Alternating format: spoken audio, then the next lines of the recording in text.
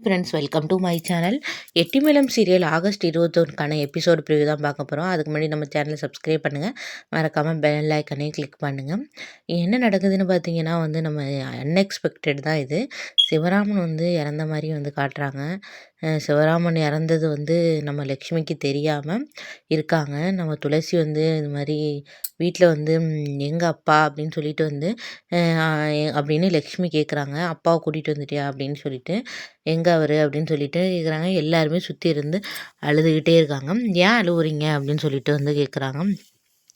ஆனால் லக்ஷ்மிக்கு இந்த உண்மை தெரியாமல் இருக்குது ஃபஸ்ட்டு. அதுக்கப்புறம் எங்கே அப்பா அப்படின்னு சொல்லி, எங்கே துளசி அழைச்சிட்டு வந்துட்டியா, நீ தேடி தானே போன அப்பாவை கூட்டிகிட்டு வரேன்னு அப்படின்னு சொல்லிட்டு கேட்குறாங்க. இல்லை இல்லை மாமா அம்மானு அழுவுறாங்க. ஏன் அழுவுற சொல்லு, ஏன் எல்லாருமே அழுவுறீங்க என்ன அப்படின்னு சொல்லிட்டு கேட்குறாங்க. யாருமே பதில் சொல்லாமல் இருக்காங்க.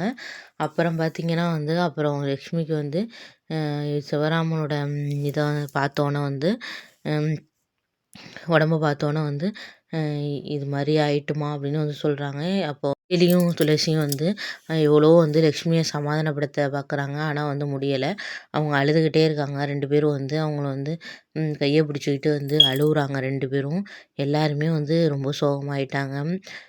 இப்போ இதை என்ன ஏன் இப்படி திடீர்னு கதை கொண்டு வந்தாங்கன்னு தெரியல. சிவராமன் இறக்குற மாதிரி ஒருவேளை அவர் உண்மையிலேயே இறந்துட்டாரா, இல்லை இல்லை மகேஷ் தான் கடத்தி வச்சிருக்காரா, அது என்ன அப்படிங்கிறது இன்னும் சரியாக தெரியலை. ஏன்னா அது கொஞ்சம் இதாக தான் இருக்குது.